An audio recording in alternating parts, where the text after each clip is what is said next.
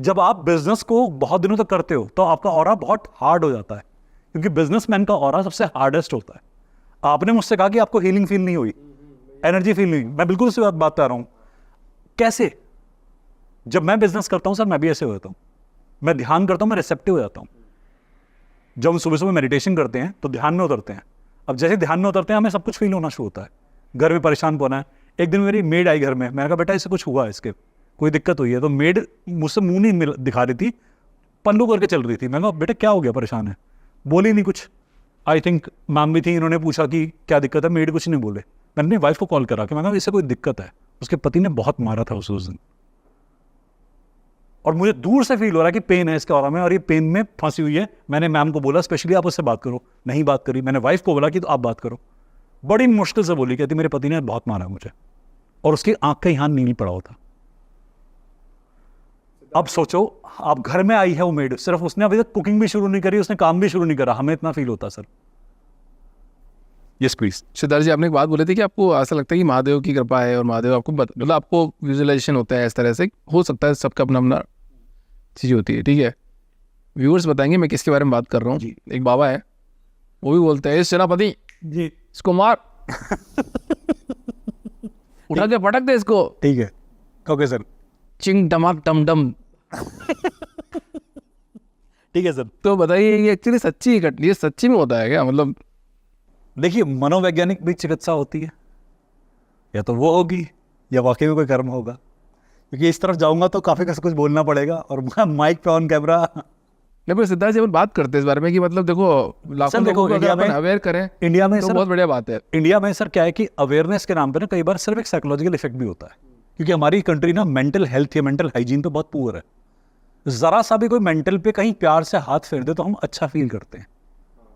तो कई बार आस्था के नाम पे भी होता है, कई बार वो वाकई में हिप्नोसिस के तरीके से भी होता है, कई बार वो मेडिकल ट्रीटमेंट भी होता है, कई बार वो स्पिरिचुअल प्रैक्टिस से भी होता है। जरा सा हाथ फेरने की गुंजाइश होती है सर। अब कई इसमें सिद्ध भी होते हैं, कई इसमें असिद्ध भी होते हैं। कौन क्या है सर, ये तो अलग सी बात है, और ये फॉर श्योर हम स्पष्टता से नहीं बोल सकते किसी के बारे में। बट सर हमारे यहाँ जो मेंटल हाइजीन की कमी है ना इंडिया के अंदर, वो सबसे ज़्यादा प्रभावित करती है। विदेशों के अंदर भी इंपैक्ट आते हैं, मेरे पास विदेशी क्लाइंट भी आते हैं बहुत सारे, बट सर इतनी मेंटल हाइजीन लैक नहीं करते वो लोग, उनके अंदर इतना सेल्फ कॉन्फिडेंस लो नहीं होता। हमारी जो अपनी पिक्चर है ना, वो बहुत डिप्रिशिएटेड पिक्चर है हमारी अपनी सेल्फ की। हमारे को कॉन्फिडेंस ना कई बार मिलता नहीं है, और ना हम क्रिएट करना जानते हैं। हमें कई साल लगते हैं तो ढूंढने में, वो राइट टोन फाइंड करने में। जैसे आपको भी कई साल लगेंगे अपने आवाज में फाइंड करने में कि मैं हूं कौन। अगर हमसे पूछेंगे क्या चाहते हो, तो एक सेफ जॉब, एक सिक्योर जॉब। तो is it you or your parents that are talking through you? आप सेफ्टी सिक्योरिटी वाले, हम बचपन से बहुत ही एक्साइटिंग रहे हैं, बहुत ही एक हम ना एक्सपेरिमेंटल रहे हैं, बट हमारी सोसाइटी ना हमें सेफ खेलना सिखाती है सर। बट अंदर ही अंदर ना एक द्वंद्व चल रहा होता है। ये कई सारे समाज के बाबा ना वो द्वंद्व पे हाथ रख देते हैं हमारे, तो हम शांत हो जाते हैं। अब सर कई बार, और बल्कि बोलूँगा 90% से ऊपर बार ना, सिर्फ ये हिप्नोसिस का या सिंपल एक साइकोलॉजिकल इम्पैक्ट का ट्रीटमेंट होता है। अपन रीबर्थ की बात कर रहे थे सिद्धार्थ जी, तो मेरा इसमें डिफरेंट ओपिनियन है जी। मैं ऐसा सोचता हूँ पर्टिकुलर कि जो हमारे पंडित जो लोग थे, जो गरीब आदमी है, उसको ये बोला गया कि तेरे पुराने जन्म ऐसे थे, तूने बहुत पाप किया, तूने ये किया, इसलिए तू आज गरीब है। तो वो सोचता है कि मैं गरीब हूँ क्योंकि मेरे पास्ट जन्म से थे, मैं अमीर नहीं बन सकता। हाँ। बहुत सारे लोग ऐसा सोच रहे हैं। अब जो अमीर है, उन्होंने पास्ट कर्म ऐसे किए कि वो अमीर है, तो अब तुम दान करो ताकि तुम्हारा अगला जन्म बहुत अच्छा हो जाए।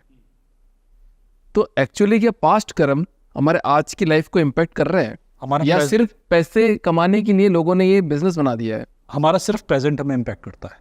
मैं आपके साथ बैठा हूँ, मेरे पास में मैंने कुछ गलतियां करी हो सकती हैं, मैंने प्रेजेंट में जो ये कर्म करा वो बहुत सही करा, मेरी गलतियां धुल जाएंगी बैलेंसिंग एक्ट से।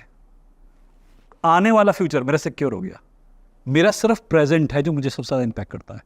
मैं पास्ट लाइफ में बहुत कम लोगों को लेके जाता हूँ, मैं मना करता हूँ साफ साफ। मुझे क्लाइंट पता है कितने पैसे ऑफर करते हैं कि पास्ट लाइफ में ले जाओ। तुम्हारा प्रेजेंट तुम्हारे हाथ में नहीं, तो पास्ट में करोगे क्या? सिंपल सी बात है सर, आप अपने प्रेजेंट को स्ट्रांग करो, सबसे इंपॉर्टेंट चीज है। पास्ट लाइफ रिग्रेशन की तो तब जरूरत है जब लाइफ का प्रेजेंट आप झांक चुके, आपने सारी जिंदगी झांक ली और कुछ नहीं मिला, अब चलते हैं ना पास्ट में। प्रेजेंट का पता नहीं, पास्ट की पूरी चिंता कर रखी है। और सर क्योंकि कोर्स अच्छा है, पैसे अच्छे मिलते हैं ऐसे केसेस में, लोगों ने फैला भी रखा है। मेरे से लोग पूछते हैं मैं पास्ट में क्या था, मैं कहा पास्ट में डॉगी थे। मैं अब तुमने क्या बिगाड़ लिया, तुम भैंस थे पास्ट में, तुम पूछ रहा है घूम रहे थे, तुमने क्या जान लिया मेरी बात से, और तुम्हें कैसे पता मैं सच बोल रहा हूँ झूठ बोल रहा हूँ। मैंने कहा तुम पास में बावले थे। तुम्हारा प्रेजेंट मैटर करता है। पर सर लोगों को ना चटपटी बातें सुनने में बड़ा मजा आता है। एक बच्चे ने मुझे गुजरात से कॉल किया, अभी शायद 2-3 हफ्ते होंगे। सर मुझे ये बताओ कि मेरा इस जन्म का कर्म क्या है। मैं बड़ा बढ़िया क्वेश्चन पूछा है लड़के ने। मैंने बताया तेरा कर्म ये है, ये है, ये है। मैंने अपने बाकी कॉलर्स को भी कॉल पे ले लिया कि बड़ा बढ़िया क्वेश्चन पूछ रहा है। कहता पास्ट लाइफ में बताओ मैं क्या था। मैं बस बेड़ा गर्क कर लिया इसने, सारे सेशन का नाश मार दिया। मैं पास्ट लाइफ में तो ये था, ये था, ये था। अच्छा मेरी माता जी मेरे पास्ट में क्या थी, मेरे पिताजी मेरे पास्ट में क्या थे। मैं कहा भाई तू टाइम पास करने आया है, मैं इतने पैसे तूने खर्च करवाए अपने, मैं टाइम पास करना था, मुझे पैसे भेज देता। मैं अपने एनजीओ के अंदर पैसे तेरे सबमिट करता, मेरे गरीबों के बच्चों का कहीं भला कर देता, किसी कॉपी पेंसिल हो जाती है रेंज। सर कई बार लोग कहते हैं कि हम अपनी माइक्रो बॉडी को मूव करना चाहते हैं। मैं तुमसे तुम्हारी फिजिकल बॉडी तो मूव नहीं हो रही, तुम माइक्रो बॉडी में घुमाना चाहते हो कि ऋषि मुनि सूर्य पहुंच गए, मुझे सूर्य पहुंचना है। जितना फिजिकल बॉडी मूव करती है, जितना फिजिकल माइंड मूव करता है, उतनी माइक्रो बॉडी मूव करती है, उतना फिर माइक्रो माइंड मूव करता है।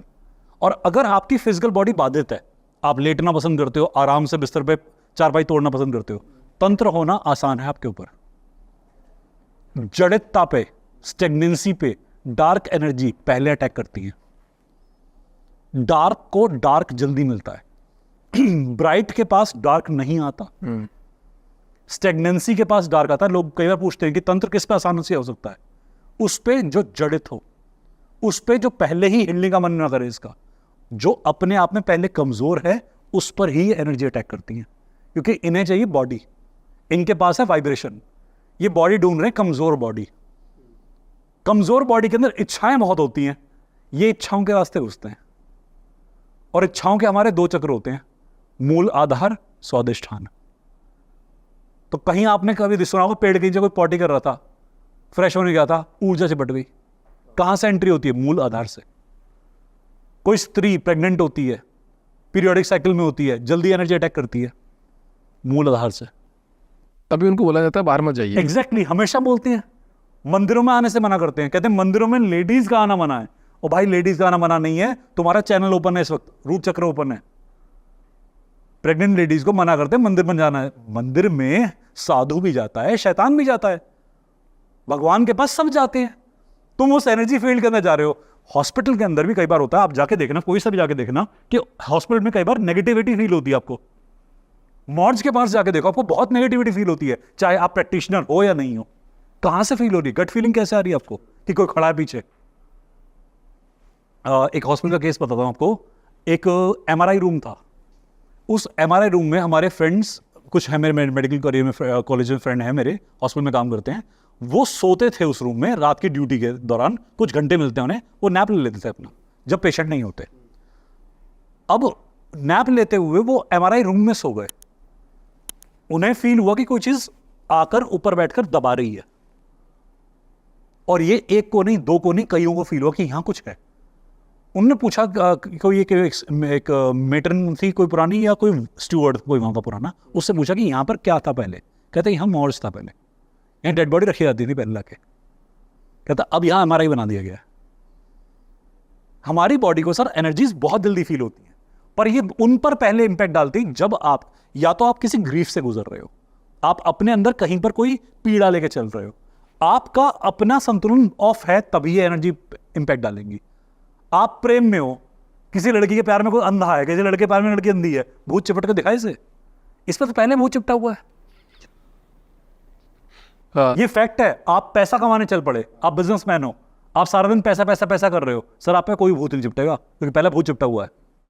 जो लोग अपनी वाइब्रेशन में ऑलरेडी एक वाइब्रेशन लेके चल रहे हैं, उनकी वाइब्रेशन में कोई एनर्जी एंटर नहीं करती।